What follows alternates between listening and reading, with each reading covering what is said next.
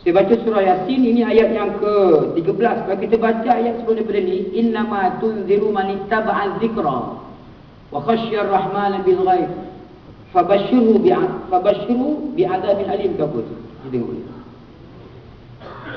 Ayat nombor berapa ni? Innama tunziru man ittaba'a dzikra wa khasyar rahman bil ghaib fabashshirhu bimaghfiratin wa ajrin karim. Hanya saja diberi peringatan kepada sesiapa yang nak ikut peringatan, satu, dan yang kedua, orang yang takut dengan Ar-Rahman Allah Ta'ala bil ghaib, walaupun yang ghaib. Sebab itu adab-adab dalam agama ini. Tapi ialah kita diajar selalunya kalau beradab-adab ni atas jalan raya, tak boleh buat laju. Lampu merah kena berhenti, lampu hijau berjalan, lampu kuning bersedia nak berhenti. Kita ingat ada adab sekadar jalan raya. Tak. Mengaji pun ada adab. Di antara peradaban tata susila orang panggil, ngaji-ngaji ni Allah Ta'ala sebut innama tunziru, hanya saja diberi peringatan ni manittaba'a dzikra, mereka yang nak ikut peringatan. Sebab itu orang yang tak nak ikut peringatan ni, dia tak nak peringatan ni. Dia tak nak, itu realiti. Ini bukan saya sebut ni, Al-Quran sebut ni, Allah Ta'ala sebut. Nak kata kasar macam mana, Wallahu a'lam. Nak kata lembut macam mana, Wallahu a'lam. Allah Ta'ala kata innama tunziru man ittaba'a dzikra wa khasyar rahmana bil ghaib. Ada dua etika. Satu, orang yang betul-betul nak ikut peringatan. Yang kedua, orang yang takut Allah Ta'ala, walaupun Allah Ta'ala ni Rahman yang ghaib, yang tak nampak.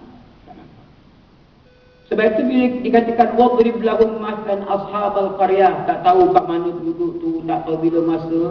Oleh kerana Allah Ta'ala yang buat cerita, kita kata macam mana? Kita nak kata macam mana Allah Ta'ala buat cerita tu? Kita nak kata kasar ke, lembut ke, tak sedap dengan telinga ke, sakit hati ke, macam mana pun, itu Allah Ta'ala semua. Orang kata Allah Ta'ala sebut lain, Ustaz sebut lain. Kalau kita tak sebut, siapa yang sebut? Siapa yang sebut? Dia mesti disebut.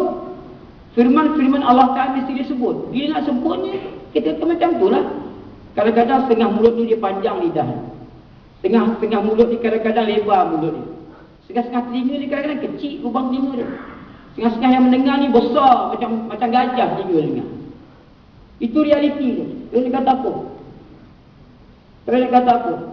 Tapi bila kita kembali balik semula pada asas kepada Allah Ta'ala, hidup ni kepunyaan Allah Ta'ala, yang berhak hanya Allah Ta'ala, maka mau tak mau, besar macam mana telinga sekalipun, lebar macam mana mulut sekalipun, maka kita kembali pada Allah Ta'ala. Macam mana pun kita kira Allah Ta'ala. Sebab itu kisah orang ni kita kena sebut. Tak boleh nak sebut, tak boleh kalau tak sebut kisah orang. Kita nak kata macam mana pun macam itulah. Tambah pula Allah Ta'ala kata wadrib lahum masalan. Allah Ta'ala kata buat satu misal. Kalau kita ngaji bahasa Arab, kalimah idrib ni kalimah fi'il amar nama dia. Perbuatan suruh buat, perintah buat. Barangkali ada perbincangan perintah suruh ni, suruh perintah ni. Barangkali ada kala makna dia tak buat pun tak apa. Ada kala elok buat, ada kala mesti buat. Tapi masalah nak menyatakan suatu benda yang benar, nak mendidik masyarakat dengan agama ni, kena buat. Wadrib lahum masalan ashabal qaryah. Orang yang tidak Islam, dia akan ambil cerita-cerita walaupun dongeng, dia reka untuk kepentingan dia. Orang yang berfikiran begini, dia akan ambil contoh hidup supaya orang boleh terima hidup tu begini. Saya payah sebutlah, bukan kalau sebut yang ya, takut orang tak sedap dengar pula kan, sebut ini tu lah.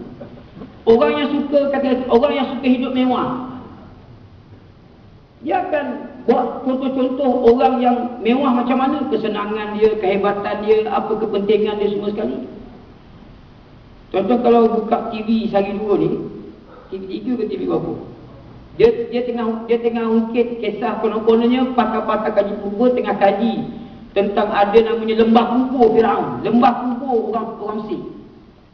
Maknanya lembah tu jadi kubur kepada raja-raja dia, kepada menteri-menteri. Dia kaji-kaji ialah barat kaji ikut kepala barat lah. Orang Islam kaji cara Islam, orang Islam kaji Firaun ni jahat. Orang barat kaji dia puja Firaun, hebat Firaun. Dia boleh bina kubur, lembah. Kepakaran dia bina kubur tu, kita kalau pakar-pakar bina kubur, boleh bina pun kita bina beam kubur. Lepas tu pasang tile. Lepas tu batu nisan 2. Paling hebat pun ada aircon, ada chandelier, tu je lah. Tapi Firaun dia tak main kubur atas tanah, kubur dia bawah tanah. Kubur dia bawah tanah, bukan bawah tanah, bukan bawah atas kaki 2, bawah sungguh. Tak tahu mungkin nak lari daripada malaikat ke Allah lah. Dia cerita bagaimana kepakaran hebatnya Firaun begitu gini semua hebat dia boleh bina kubur bawah tanah, dia boleh bina pula apa nama kalau tuan tengok macam mana sistem orang yang bekerja tu. Dia puji pula bagaimana Firaun ni hebat, dia boleh atur satu sistem kerja yang canggih. Kita kalau sistem kerja ni macam start pukul 8 keluar pukul 4 ada jam, dia tak ada jam.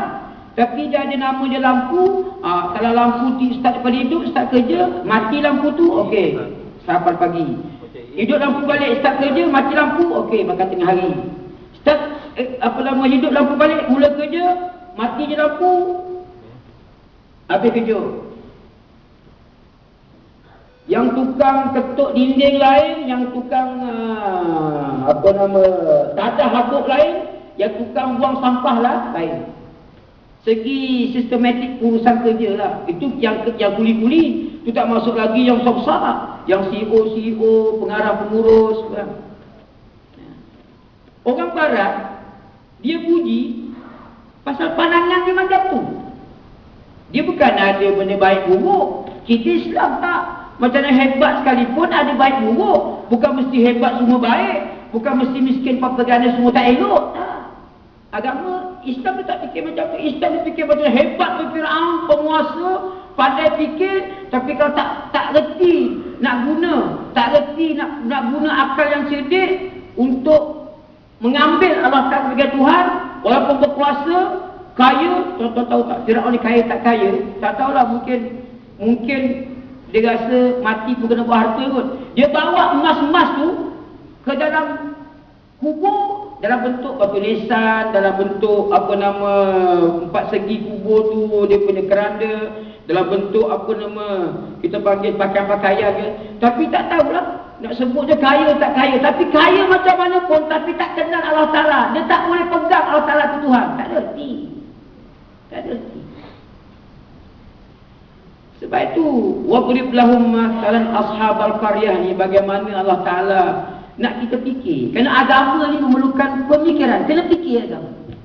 Tak boleh agama ni kita terima macam kita kata